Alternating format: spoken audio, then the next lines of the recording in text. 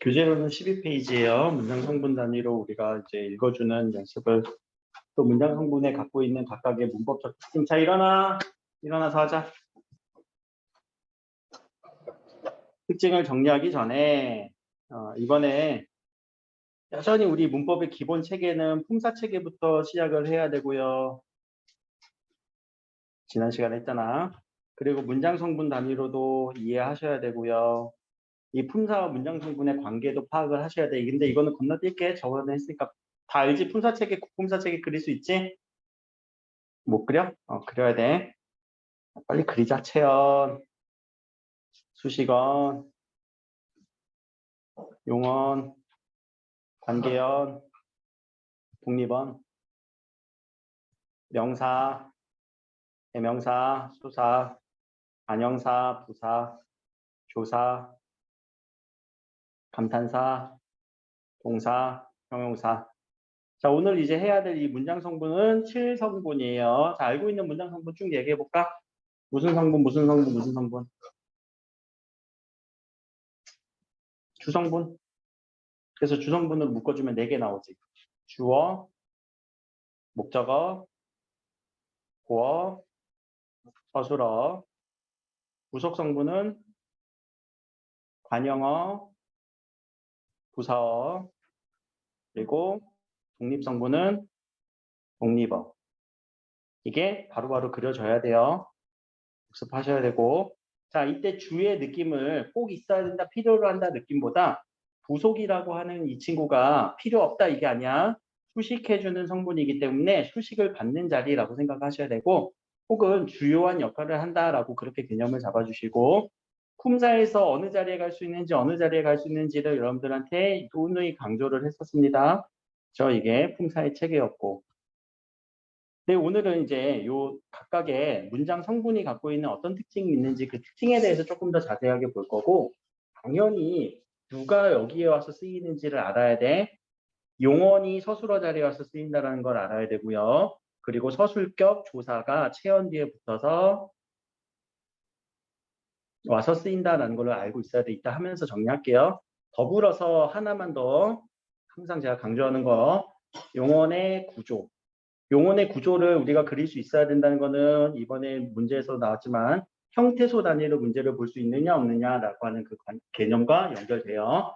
자, 용언은 간 부분이 있고 어미 부분이 있지. 그려볼게요. 앞에 부분 선어말 어미, 위에 어말 어미. 어간은 변하지 않는 부분, 어미는 변하는 부분. 선어말 어미는 어말 어미 앞에 있는 부분, 어말 어미는 용언 단어의 끝에 있는 부분. 끝에서 문장을 끝내주면 종결어미. 근데 끝내지 않고 연결시켜주면 연결어미. 아니, 아예 성분을 바꿔버리면 전성어미. 전성어미가 또 나뉘지. 명사처럼 쓰여요. 명사형 전성어미, 부사형 전성어미, 관형사형 전성어미. 요거 중요해요. 이따가 문법 요소 파트하고 문장의 짜임할 때 정말 중요해요. 이따가 또 할 거야. 자, 요게 기본 문법 체계. 여러분들이 중학교 때부터 연습을 했던 그 부분이고, 얘네를 바탕으로 이제 조금 더 구체적으로 들어간단 말이에요. 자, 먼저 들어가 봅시다. 문장 성분이라고 할 때, 우리가 이 문장 성분은 하나의 문장을 잘라본 거야. 구성 성분이 어떻게 되어 있나. 그쵸? 근데 그 잘라보기 전에 어절, 단어, 형태소, 의문이라고 하는 각각의 개념어를 확실하게 정리를 하고 가셔야 돼요. 여기 의문은 없지만 의문은 뜻을 구별하는 최소 단위지. 이번에 뭐 의문에 대해서는 뒤에 정리할 거고. 자, 형태소 같은 경우는요. 뜻을 지닌 최소 단위예요. 각각의 최소 단위 시리즈이긴 한데 의미가 좀 달라요. 의문은 구별만 해주면 돼. 근데 형태소는 지니고 있어야 돼. 그럼 뜻을 지니고 있다라는 게 이런 선어말 어미도 다 형태소로 봐요. 뜻을 지니고 있어. 앗이나 어시 쓰이면은 우리가 과거라고 하는 이런 의미가 생겨버리니까 이것도 뜻을 지닌 거예요. 아까도 우리 모의고사에서도 나왔지만 get이라고 하는 선어말 의미가 쓰여도 뜻을 지닌 거지. 어떤 뜻이 있어? 아까 4가지 정리 다 했잖아. 추측, 뭐 가능성, 미래, 의지 이런 의미가 생기는 거잖아. 그런 부분들을 다 형태소라고 얘기를 하고요. 자, 단어도 자립적으로 쓸 수 있는 말의 단위로 최소 단위예요. 어떤 최소 단위? 자립할 수 있는 최소 단위. 자, 자립할 수 있는 최소 단위 혼자서 쓸 수 있다라는 거야. 단자가 단독으로 쓸 수 있다라는 거예요. 단 누구는 조사. 조사는 자립할 수 없어요. 자립할 수 없어요라는 게 또 이제 형태소랑 연결되면 무슨 형태소? 의존 형태소라고 얘기를 하는 거지. 자, 어절이라고 하는 거는 띄어쓰기 단위예요. 띄어쓰기 단위. 그러니까 띄어쓰기 단위니까 결국 단어와 어절은 밀접한 관련이 있을 거야. 왜 단어 기준으로 쓰니까 단 누구만 붙였어? 조사만 붙였습니다라는 거. 운 기준으로 얘기하면 음절이지. 그렇지? 그 음운 기준으로 글자 수를 얘기할 때는 음절이라고 얘기를 하지. 음절이 조금 더 큰 범위고 여기 음절은 안 나왔으니까. 자, 여러분들한테 구와 절을 구분하라고 하진 않을 거고 아마 절만 얘기할 거예요. 절은 서술성이 있어야 돼요. 근데 독립하여 쓰이지 못했다. 종결이 완벽하게 지어지지 못해요. 구라고 하는 거는요. 서술성이 엄체 서술성은 없고요. 그냥 일반 단어와 단어의 결합. 예를 들어서 우리 축구 선수. 축구 선수는 한 단어인가? 두 개의 단어지. 축구와 선수. 그런데 하나의 구를 이루면서 축구 선수가 있다라고 하면서 구를 이루어서 문장의 주어 자리에 위치하게 되죠. 그런 부분이 굳이 우리한테 구는 막 이렇게 물어보진 않을 거예요. 영어처럼. 그래서 절이 중요하고요. 이 절 부분이 뒤에 가서 아는 문장으로 가요. 아는 문장에서 우리가 조금 더 자세하게 나눌 겁니다. 자, 문장단을 우리가 이제 나누어 보면은 밑에 그 전에 크게 주어와 서술어 관계를 우리는 파악할 수 있었는데 자, 서술어가 될 수 있는 또는 이런 문장의 구조는 딱 세 가지 유형밖에 없어요. 동사가 오는 경우, 형용사가 오는 경우, 그리고 서술격 조사 이다가 오는 경우. 서술격 조사. 그래서 요 세 가지 경우밖에 없어요. 근데 이게 문법에서는 이렇게 정리하고 끝나야 되지만 독서로 가면 여러분들 독서 영역으로 가면 동사가 나타났을 때의 그 느낌은 둘 사이의 관계성을 드러내준다. 관계성. 그리고 형용사는요. 그 사이의 특징. 뭐 크다 작다. 그리고 무엇은 무엇이다 라고 할 때는 정의. 독서에서는 이런 식으로 여러분들이 내용 정리를 할 때 사용하실 수가 있을 거예요. 내용 정리하시면서. 이번에 독서가 어려웠던 거는 이런 내용 정리를 좀 기민하게 했어야 되는데 내용 정리에 대해서 관계성을 물어보고 특징을 물어보고 뭐 정의를 물어볼 때 이것을 문장에서 바로바로 정리하면서 읽어줬어야 되는데 그냥 읽고 이제 풀다 보면은 정리가 덜 된 채로 문제를 풀다 보니까 추론도 조금 안 되는 경우도 있겠죠. 그래서 항상 이런 독서 파트에서도 문장의 구조, 동사, 형용사, 서술격 조사를 가지고 여러분들이 유용하게 이렇게 좀 끌어다 쓸 수 있고 응용할 수 있으면 오히려 도움이 되지 않을까? 다시 돌아와서. 자, 이제 문장 성분은 주성분, 부속성분, 독립성분으로 나누는데 주성분에는 주어, 서술어, 목적어, 보어, 부속성분에는 관용어, 부사어, 독립성분에는 독립어가 있습니다. 이름부터 공부 한번 해보자. 자, 주성분의 주어는 주체가 되는 거, 문장의 주체가 되는 부분. 서술어는요, 서술이란 단어가 뭐니? 서술. 서술의 의미, 딱 단어의 사전적 의미 뭘까? 서술. 뭐 한다는 거야, 서술은? 뭐 서술하시오라고 우리 많이 얘기하잖아. 말로 설명하세요. 술술술술 풀어서 이야기하세요라고 얘기를 하는 거예요. 서자가 이야기하다라는 의미가 있어요. 그래서 문학에서 이거 서정, 서사 다 같은 서자예요. 서술은 술술술술 풀어서 말로 설명하시오. 서정은 정서를 이야기하세요. 서사는 사건을 이야기하시오. 그런 서자예요. 그러니까 서술은 이야기해 줄 거야. 뭐에 대해서? 주어에 대해서. 주어에 대해서 이야기하는 부분이 서술어 부분이지. 자, 목적어는 목적 대상이 되는 부분이고요. 우리 목적격사 을과 르를 쓰죠. 자, 보어가 중요한데 이 보어 자리, 영어에서는 비동사 뒤가 보어 자리라고 얘기를 하지. I am 삐리, I am 무엇 무엇. 그치? 우리 국어에서도 되다 아니다 앞이에요. 되다 아니다. 자, 내가 뭐가 되다. 내가 뭐가 아니다. 문장이 완벽하지 않으니까 이 부분을 통해서 이 서술어를 보충해주는 자리, 보어 자리예요. 자, 그러면 되다 아니다는 서술어인데 불완전 서술어라고 얘기돼요. 이따가 다시 얘기할 거야. 그래서 불완전 서술어를 보충해준 자리를 보어 자리라고 합니다. 이름은 어려울 거 하나도 없죠. 자, 이어서 관형. 우리 관형이란 단어 쓰면은 무슨 의미라고? 관형 무슨 의미라고 여러 번 얘기했을 텐데. 관형 의미. 관형의 의미 잡을 때. 누구 수식? 채연 수식. 관형에 우리 비슷한 단어들 많지. 관형사는 사로 끝났네. 기준은 품사네. 누구 수식해주는 품사? 채연 수식해주는 품사. 이따가 절 나올 거야. 관형절은 절이네. 서술성을 갖지만 문장이 종결되지 않은 채 누구를 수식? 채연을 수식. 자, 관형의 의미 명확하게 잡으세요. 채연 수식이에요. 채연 수식. 이 관형어도 되게 중요해. 독서에서도. 왜냐면 관형어로 아는 다음에 그 대상을 설명해 버리거든.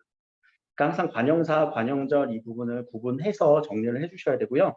자, 부사라는 개념도 한번 정리하면은 부사가 말 그대로 품사에서의 그 부사를 그대로 갖고 왔네. 부사의 개념의 이 의미의 부자가 우리 이인자 부자 하는 일 되게 많다라고 얘기를 했지. 부사가 진짜 하는 일이 많아요. 부사어가 정말 하는 일이 많아요. 여러분들 나중에 그 부사어 찾는 게 실력이 되거든요. 부사어 부분에서 오늘 얘기할게요. 그러면 여기에서 정말 메인이 되는 문장 성분이 뭐냐면 여러분들이 문제화될 수 있는 부분이 뭐냐면 서술어와 부사어예요. 이거 정말 중요해요. 문장 성분에서는. 문장 성분에서는 얘네들을 잘 정리하셔야 돼요. 자, 밑에 가서 문장 성분과 품사의 차이는 여러분들 이제 인지는 해야 돼요. 단어고 문장에서의 그 문장 부분이고 문장 부분을 잘라서 우리가 문장 성분을 독립어, 주어 이렇게 얘기를 하지만 그 안에는 또 품사로 단어로 끊어줄 수 있어야 돼요. 문장 성분은 문장 안에서 결정되는 거지 기존에 결정되어 있지는 않아요. 근데 품사는 원래부터 다 결정이 되어 있어요. 조사, 대명사, 형용사, 뭐 동사 이런 친구들은 품사가 바뀔 수가 없어. 품사는 불변해요. 알겠지? 형태만 바뀌는 용언의 그 가변성만 여러분들이 바뀐다라는 생각을 하셔야지 품사는 절대 안 변해요. 동사는 죽었다 깨나 동사예요. 그 동사가 어디에 쓰였다고요?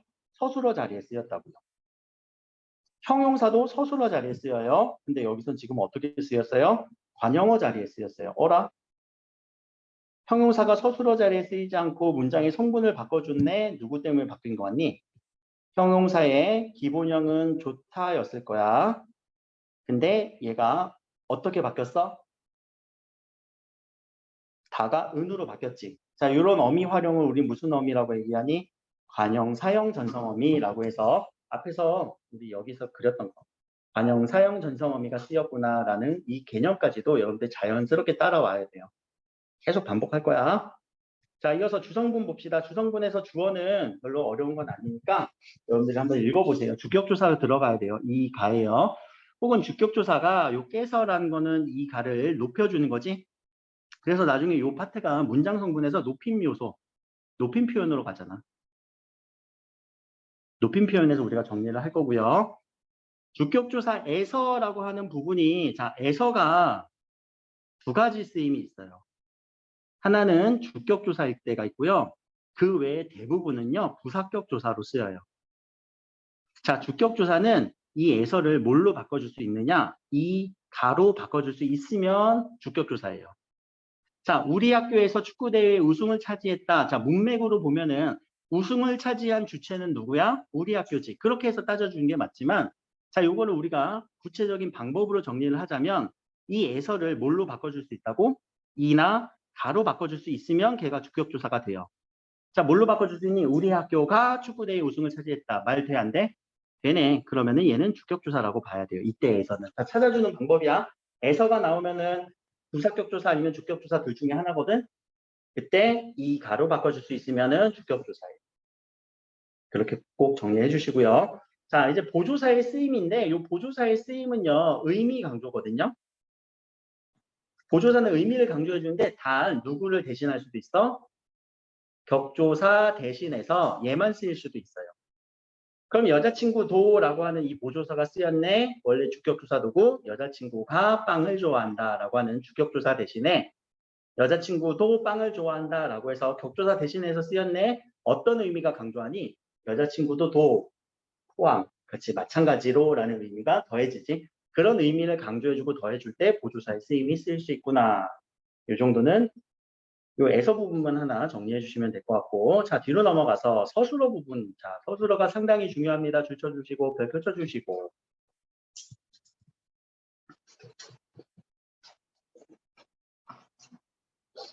자, 서술어 부분에서는 세 가지가 서술어 자리에 쓰일 수 있어요. 품사에서. 품사로 치면 동사, 형용사, 그리고 서술격조사이다. 라고 하는 이 친구들이 쓰이는 순간 얘네들은 무조건 서술어가 되거나 5월 서술성이 있는 거예요. 서술성을 간직하고 있어야 돼요. 동사, 형용사가 쓰이는 순간. 자, 그래서 무엇을 어찌하다 동사, 어떤 상태인지 동작인지, 그리고 어찌하다, 어떠하다, 어떤 상황과 성질인지, 형용의 뜻이 성질과 상태라는 얘기 여러 번 얘기했죠? 잠깐만, 우리 이제 영어 선생님들이 형용사 뭐라고 얘기하니? 영어에서. 지원 쌤이 뭐라고 해? 정식 쌤이 뭐라고 해? 형용사 뭐라고 설명해? 뭐가 형용사래? 영어 들으신 분 정식 쌤이나 지원 쌤이 뭐라고 해? 영어 다 안 듣니? 야, 영어 듣고 오지 않았어? 정식 쌤이 뭐라고 해? 명사 수식이지. 여기서부터 이제 공격. 야, 국어니까 국어 버전으로 맞춰야지. 야, 형용사를 명사 수식이라고 이야기하잖아. 영어에서는. 그럼 이거는 이렇게만 하면 틀려요. 이렇게 하면 틀려. 국어 버전에서. 왜? 명사 수식 그럼 못하는 건가? 자, 형용사라고 하는 이 형용이라고 하는 단어의 글자의 의미를 물어봤어. 그러면 명사 수식이라는 의미가 아니라 얘는 명사를 수식하는 기능이 있다라는 거지. 그런 역할을 한다라는 거지. 형용이란 뜻이 뭐냐는 얘기야. 형용은 나타내다라는 거거든요. 뭐를? 성질과 상태를. 형용이라고 하는 건요. 성질과 상태를 나타내다. 형용할 수 없다. 형용할 수 있다. 이런 식으로 우리가 표현을 해. 그러니까 성질과 상태를 나타내 주는 거야. 그럼 걔가 명사 수식 안 되냐? 그럼 우리 알고 있는 영어의 형용사 클린이라고 하는 단어를 가자. 성질 상태 나타내 주는 거 맞니? 어떤 상태야? 깨끗한 상태 맞지? 그래서 클린 워러라고 얘기하잖아. 클린 워러 하니까 꾸며주는 거 맞네요. 선생님 워러라는 명사 수식하는 거 맞는데 왜 이렇게 자꾸만 아니라고 얘기를 해요? 그런데 우린 클린은 그럼 이때 뭐라고 해석하니? 깨끗한이라고 이렇게 해석을 할 거야. 아니 얘 기본형이 있을걸? 기본형은 뭐니? 깨끗하다가 기본형이지. 자, 깨끗하다에서 깨끗한으로 가면서 다가 어떻게 됐어요? 어미 활용된 거잖아. 그러면 자, 이 어미 활용이 되면서 물을 수식해 줄 수 있는 기능을 할 수 있네. 원래부터 형용사는 성질과 상태를 나타내 주는 게 1번이에요. 그냥 명사수식을 하다 보니까 여러분들이 개념이 잘 안 잡히는 거야. 그래서 어미 활용하면서 누구를 꾸며주는 거야? 물을 꾸며주고 있네. 체언을 수식해주네. 자, 그러면 체언 수식해주는 어미는 무슨 어미라고? 체언 수식이란 말을 우리말로 바꾸면 반형, 사형, 어미가 활용된 거지. 이렇게 봐야지. 그러니까 우리가 형용사라는 단어를 영어에서는 명사수식 얘기를 하는 게 형용의 본래 의미를 얘기한 게 아니라 그것이 하는 기능 역할인데, 아니 근데 클린이 명사만 수식하나? I am clean 해도 되잖아. 보호 자리에도 쓰이잖아. 그치? 그러니까 하는 역할, 기능을 설명하시는 거예요. 영어 선생님. 형용의 뜻은 성질과 상태예요. 여러분들이 알고 있는 모든 영어의 형용사는요. 다 성질 아니면 상태예요. pretty, beautiful 다 성질과 상태를 나타내 주잖아. new. 그래서 여기서 형용사의 개념을 명확하게 잡고 형용사가 쓰이는 순간 그거는 서술성이 생긴다. 서술어다. 라고 생각을 해주시라고요. 자, 이게 중요하냐? 아니, 이게 제일 중요하다. 서술어 자릿수. 자, 서술어 자릿수라고 하는 게 서술어 이 문장 성분에서 단독적으로 나올 수 있는 거예요. 서술어 자릿수는요. 이 자릿수가 문장 성분의 개수예요. 자, 문장 성분의 개수가 이 서술어는 몇 개가 필요하냐는 거야. 서술어는 항상 주어만 요구될 때 한 자리 서술어라고 얘기를 해요. 주어만 필요할 때. 난다, 누가? 새가 낳는다. 완벽하지? 더 필요한 거 없을 것 같아. 그럴 때 이 주어 자리에 쓰이는 이 친구가 품사로 보면 지금 동사네. 자, 동사인데 다른 목적어를 취하지 않은 무슨 동사라고 했니? 아까 우리 문제풀이 할 때도. 자동사. 자동사가 쓰이는 경우 우리는 한 자리 서술어라고 얘기를 해요. 형용사도 여기 들어가 있고. 자, 두 자리 서술은요. 주어뿐만 아니라 이게 조금 더 필요한 다른 문장 성분이 필요해요. 자, 근데 여기 보니까 부사어인데 필수적 부사어라고 얘기를 했네요. 이 부사어가 꼭 있어야 돼. 누구 때문에? 뒤에 서술어 때문에. 서술어 때문에 필요한 부사어가 있어요. 다르다, 나는 다르다. 궁금하지? 누구랑? 너와.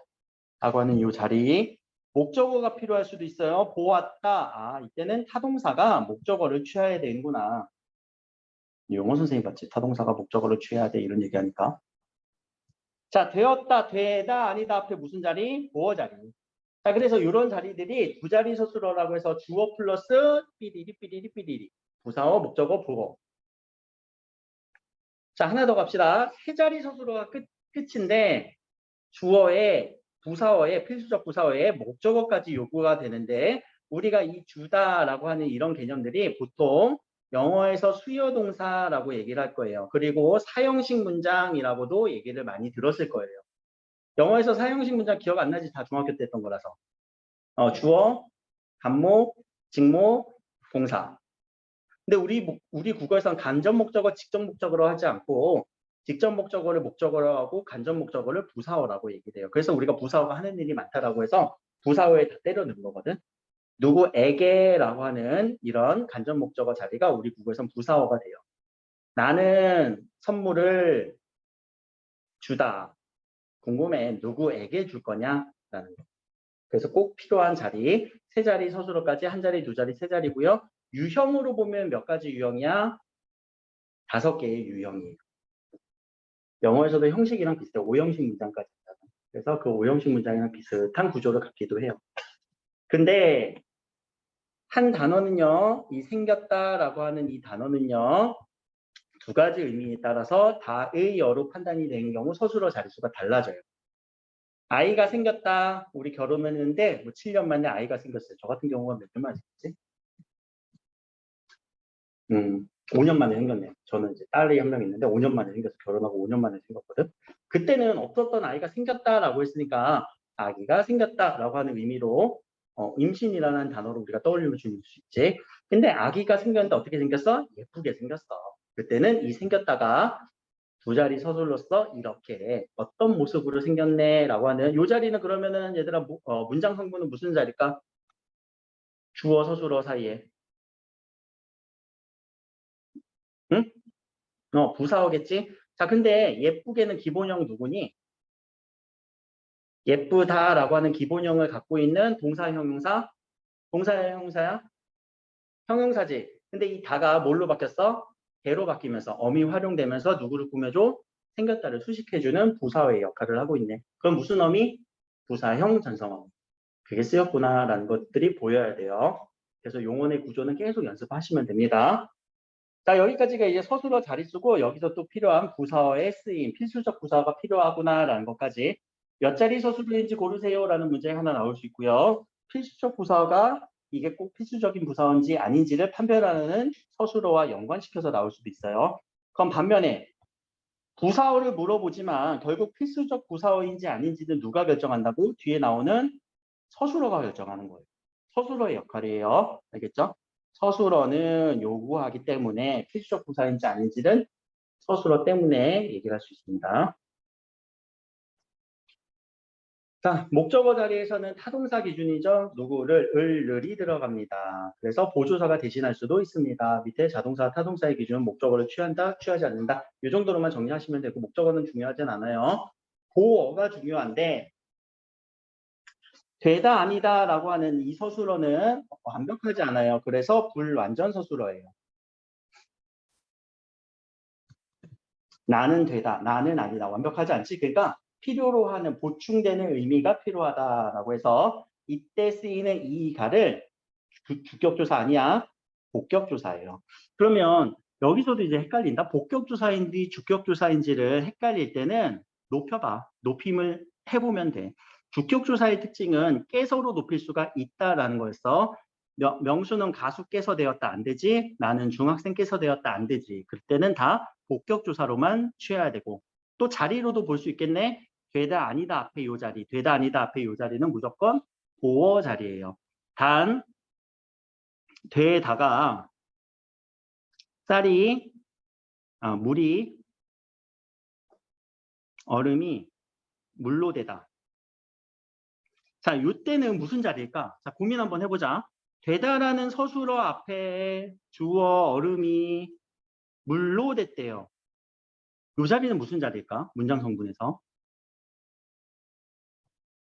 복격조사 이 가가 쓰였나? 아닌데. 그래서 되다 아니다 라고 할 때 이 복격조사가 쓰이지 않으면 이 자리도 부사어 자리가 돼요.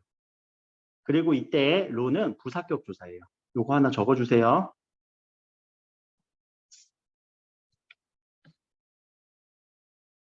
그래서 나중에 부사어 할 때 얘기를 할 거예요.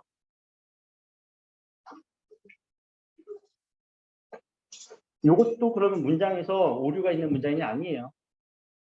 되다라고 하는 불완전 서술어 앞에 부사어가 와서 그거를 보충해 주는 경우가 있거든요. 그러니까 부사어의 쓰임이 상당히 많아. 그러니까 부사어를 외우기보다 그 느낌을 잡아야 돼요. 그러니까 복격조사가 와도 되고요. 부사격조사가 와서 부사어가 그 되다 아니다를 보충해 주기도 한다.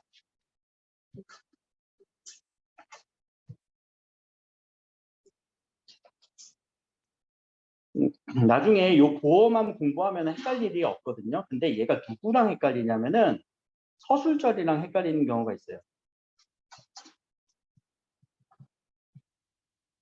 서술절과 구별하는 게 하나의 포인트이기도 해. 나중에 이제 미리 얘기하겠지만 서술절은 나중에 어떤 표지가 없기 때문에 형태로 구분하라고 하거든. 내가 키가 크다. 내가 중학생이 되다. 라고 하면 우린 지금 이제 보어를 배웠기 때문에 선생님 되다 앞에 이거는 보어잖아요. 라고 바로 보일 거예요. 지금 공부했기 때문에. 근데 자 얘는 문장 성분이 어떻게 될까? 내가 키가 크다는. 문장 성분 따질 수 있겠니? 주어는 누구니? 전체 주어. 이게 주어지. 자 여기서 서술어는 누굴까?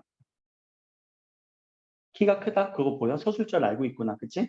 크다 자체가 서술어이기도 해. 근데 내가 크다, 뭐가 큰지까지가 이 문장의 서술어예요.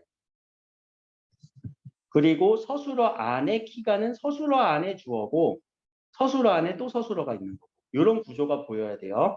그래서 이거를 나중에 구조 안에 구조라고 이렇게 해서 키가 크다, 내가 뭐뭐하다 이런 구조만 보다 보면은 보어도 그런 구조로 보이기도 해. 그래서 이거 조심하라는 얘기예요. 이게 절대 아니니까. 그래서 보어를 꼭 공부하시면서 서술절과 혼돈이 되지 않아야 돼요. 나중에 서술절 다시 얘기할 거고요. 자, 필수 성분은 꼭 필요한 성분입니다. 그래서 내가 아까 주성분을 꼭 필요한 성분이라고 외우지 말라고 했어. 왜? 필수적 부사어가 여기에 들어가니까. 심지어 관용어도 필요로 할 때가 있어요. 관용어도 꼭 필요할 때 있어. 의존명사가 쓰일 때. 의존명사가 쓰이면 관용어가 꼭 필요로 하죠. 그렇죠? 자, 수의라는 단어만 이해하면 되면요. 그때그때 달라요. 수의는 그때그때 결정할 수 있어. 필요할 때 있고 안 필요할 때 있고.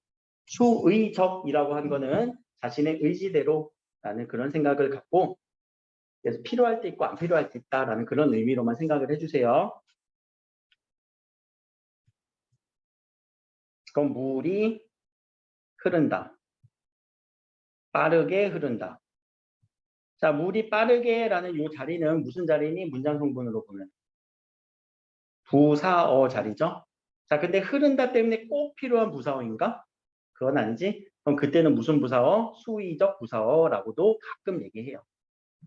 알겠죠? 꼭 필요하지 않을 때 수의라는 단어를 씁니다. 자, 우리 국어에서 정말 중요한 건데 필수 성분을 생략한 채 말을 해요. 자, 봐. 얼른 봐. 라고 얘기를 하면 뭘 보라는 얘기니? 내 말에서 지금 뭐가 빠졌어? 자, 봐. 뭐가 빠졌니? 문장 성분에서. 주어도 없지. 누가? 어디를? 이런 식으로 필수 성분은 우리는 생략해서 많이 얘기를 해요. 그치? 먹었니? 밥을 먹었니? 너는 밥을 먹었니? 이런 식으로 얘기를 할 때 우리 국어에서 필수 성분이 꼭 생략되는 이 특징은 어디에서 어떻게 쓸지 몰라요. 이 특징은 꼭 염두에 둬야 돼요. 자, 이어서 부속 성분입니다. 자, 부속 성분 같은 경우는 옆에 관형어 두 가지, 관형어와 부사어. 그러면 첫 번째 관형어인데, 자, 관형어의 쓰임 세 가지가 있습니다. 첫 번째 누가 올 때? 관형사가 올 때. 품사로서 관형사가 그대로 관형어 자리에 쓰여요. 적어주세요. 두 번째는 체언과 관형격 조사가 쓰여요. 관형격 조사는 의라고 하는 이 친구가 하나 있대. 세 번째가 계속 강조하는 용언의 관형사형 어미가 쓰일 때.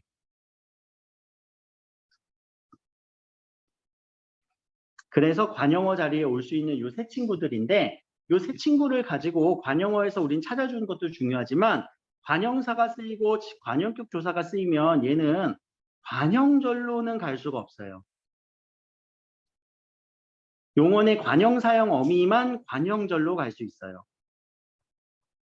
왜냐하면 용언이니까. 용언은 무슨 성분이 있어요? 서술성이 있는 친구잖아. 절이라고 하는 이 개념도 서술성이 있어야 되니까. 그래서 이 3번이 정말 중요합니다. 용언의 관형사형 어미를 통해서 관형절을 구분해 줄 수 있느냐 없느냐. 그럼 관형절 자리는 관형어라고도 얘기를 해도 괜찮고 그리고 우리는 관형절이라고도 얘기를 해도 괜찮아. 근데 관형사 체언의 관형격 조사 의가 쓰이면 여기는 관형어 자리라고는 해도 되지만 관형절이라고 하면 절대 안 돼요.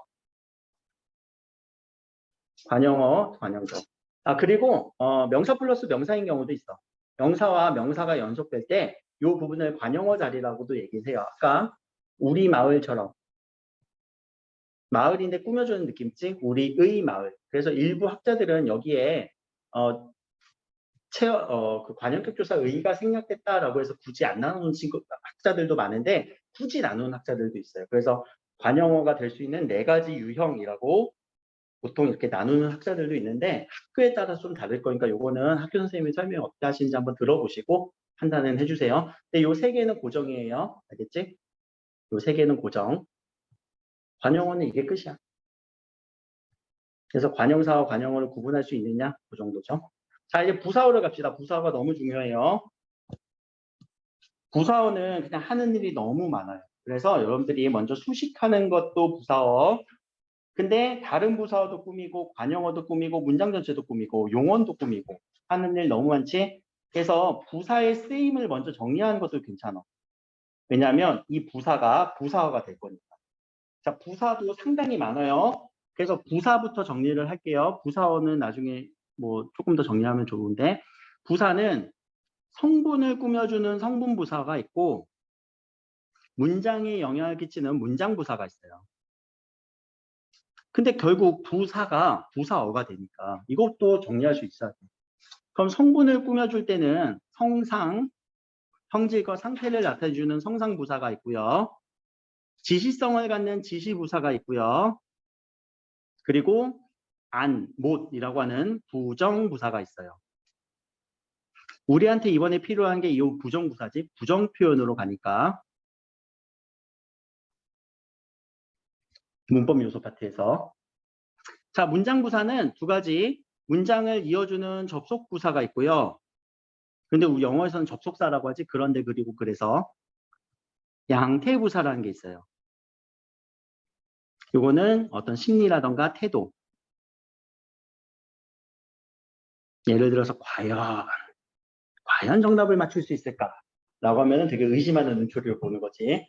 역시 정답을 맞췄구나. 역시 내 기대와 함께 정답을 맞췄구나. 라고 하는 그런 심리적 혹은 태도적인 측면에서 양태 부사가 있고요. 이런 부사들과 함께 플러스 부사격 조사가 쓰이는 경우가 있고 여기 옆에 있지 부사격 조사 1번 부사, 2번 부사격 조사 요거 얘기를 하는 거야. 세 번째 여긴 안 나왔는데 전 세 번째 이렇게 할게요. 용언의 부사형 어미. 용언의 부사형 어미가 쓰이는 경우가 있습니다. 그리고 그 외에 이 부사절이 용언의 부사형 어미를 그대로 얘기한 거고요. 인용절 나중에 우리 인용 표현 배울 거거든요. 문법 요소에서. 걔 역시도 부사절이에요. 인용절이라고 얘기를 하지만 부사어 처리를 해요. 그냥 부사어에 다 때려 넣은 거예요. 자, 부사성 의존 명사구 역시도 명사구인데 단어인데 그거를 부사 느낌으로 얘기를 한 거고요. 나중에 용언의 명사형 플러스 부사격 조사가 어디에서 나오냐면 명사절에서 나와요. 그래서 명사절 얘기할 때 얘기할 겁니다. 그래서 상당히 부사어의 범위가 넓은데 자, 부사가 그대로 쓰인 경우가 있어요. 그리고 채원의 부사격 조사 나 플러스 에게라고 하는 부사격 조사가 쓰인 경우가 있어요. 용언의 부사형인데 얘 기본형은 뭐지? 넉넉, 하, 다가, 이게도록이라고 하는 어미 활용을 통해서 부사형 어미가 된 거죠. 그래서 여러분들이 이 관형사형 어미 또 부사형 어미가 어디에 있는지 꼭 그려줘야 돼. 용언의 구조. 다시 설명한다. 용언의 구조. 계속 설명해. 용언의 구조 어간과 어미 따라 그려야 돼요. 모르시는 분들은 계속 그려야 돼요. 어미는 선어말 어미, 어말 어미, 어말 어미는 종결 어미와 연결 어미와 전성 어미로 나뉘지. 이 전성 어미에 있는 거야. 명사형 어미와 부사형 어미와 관형사형 어미로. 그래서 관형사형 어미가 쓰이면 무슨 어? 관형어가 된 거고요. 그리고 관형절이 돼요. 부사형 어미가 쓰이면요. 부사어가 되는 거예요. 부사절이 되는 거예요.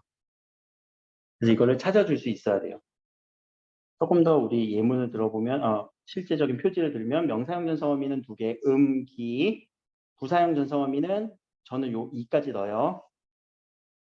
이게 도록. 그리고 관형사형 어미는 은, 는, 을, 던.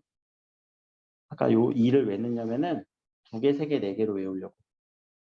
은는, 을던 4개. 이게 도록 3개, 기 2개. 2개, 3개, 4개, 2개, 3개, 4개. 그냥 이렇게 외워. 그리고 요것만 찾아주면 돼요. 이번에 우리가 이런 문제는 안 나왔지만 9월에 나오지 않을까? 9월 모의고사에. 9월 모의고사에서 정말 제일 좋아하는 문제가 이거야. 명사형 전성어미, 아니 그 모의평가에서 좋아하는 게 명사형 전성어미 음기와 접사 음기를 구분할 수 있겠니? 라는 거. 요거 구분하는 문제가 정말 좋아요. 9월달에 무조건 나와요. 그래서 6월, 9월에 나왔던 것 중에서 추려서 수능에 나와요. 그래서 그 차이를 이해하면 돼요. 나중에 가서 얘기 또 해봅시다. 자, 부사어의 종류는 성분부사어, 문장부사어, 접속부사어. 아까 얘기했던 그런 거지. 성분부사, 접속부사, 문장부사 플러스 오른쪽에다가 여러 번 제가 또 얘기를 했을 텐데 자, 부사어가 여러분들 이 부사어 찾는 게 실력이거든. 여기서만 부사어를 끝나면 안 되고요. 이런 느낌이 들면 다 부사어를 생각해 주면 돼요. 자, 이것도 한번 적어봅시다. 아마 적으신 분들도 계실 거예요. 자, 어떤 대상의 느낌이 있으면 걔는 부사어예요. 무슨 대상이냐면 수요 대상일 수도 있고요. 비교 대상일 수도 있고요. 그리고 함께하는 공동의 대상일 수도 있어요. 그런 대상의 느낌이 들면은 다 부사어 처리예요. 그 자리는 부사어 자리예요. 공간의 느낌이 들어도 부사어예요. 시간적 공간이고요. 혹은 실제 있는 여러분들의 장소의 느낌이 있으면 그것도 부사어예요.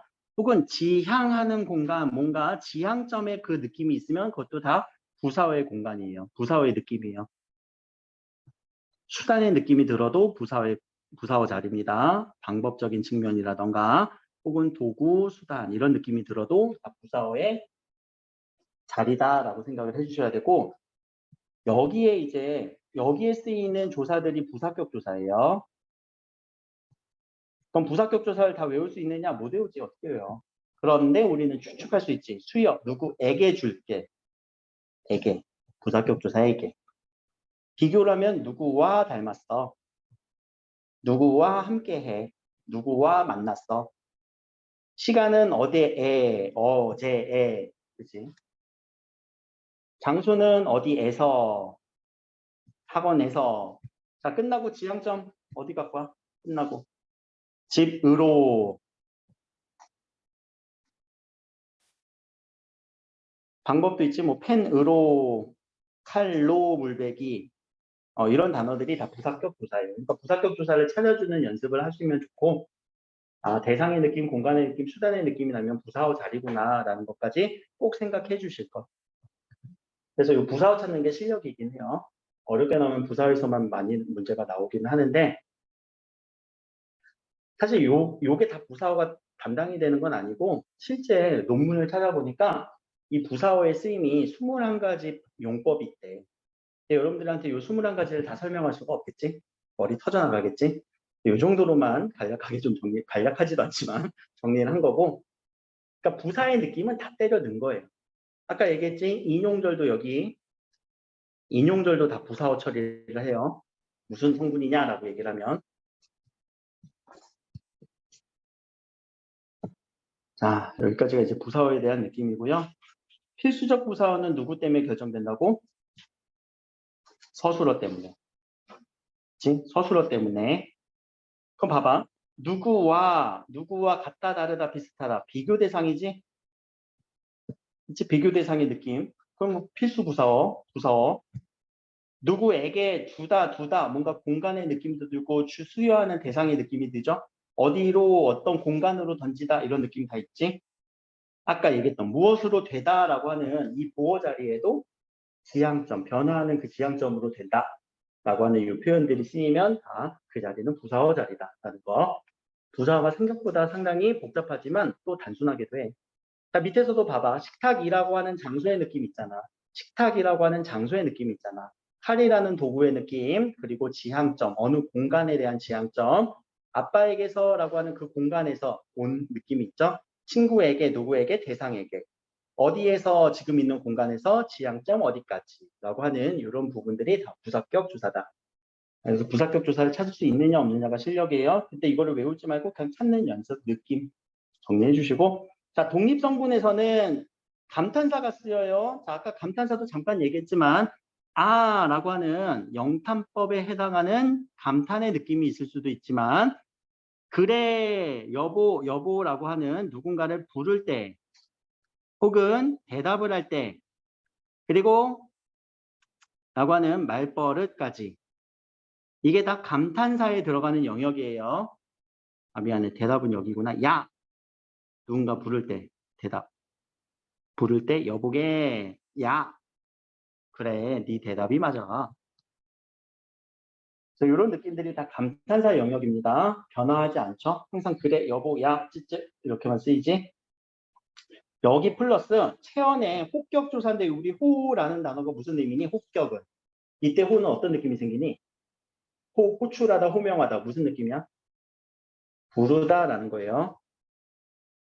그래서 누군가를 부르는 조사를 붙여요. 누구 앞에? 이름 앞에. 윤호야, 지훈아, 결혜여, 신이여 라고 하는 이런 체언 혹은 명사 앞에다가, 이름 앞에다가, 이름 뒤에다가 호격 조사를 붙여서 그 자리가 독립어예요. 결국 독립어는 없어도 문장이 아무런 문제가 없어. 그냥 독립적인 성분이기 때문에. 그치? 없어도 문장에 전혀 영향을 미치지 않아요. 근데 가끔 우리가 목적어가 없거나 부사어가 없으면 이상해지지? 그런 것과 다르다라는 거.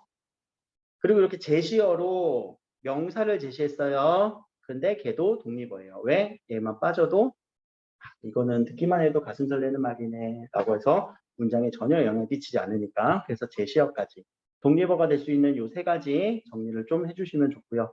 여기까지가 문장의 성분의 내용이고, 이어서 이제 문장의 짜임으로 갈 거예요. 자, 문장의 짜임으로 가기 전에 우리 잠깐만 쉬었다 갑시다. 5분만 쉴게요.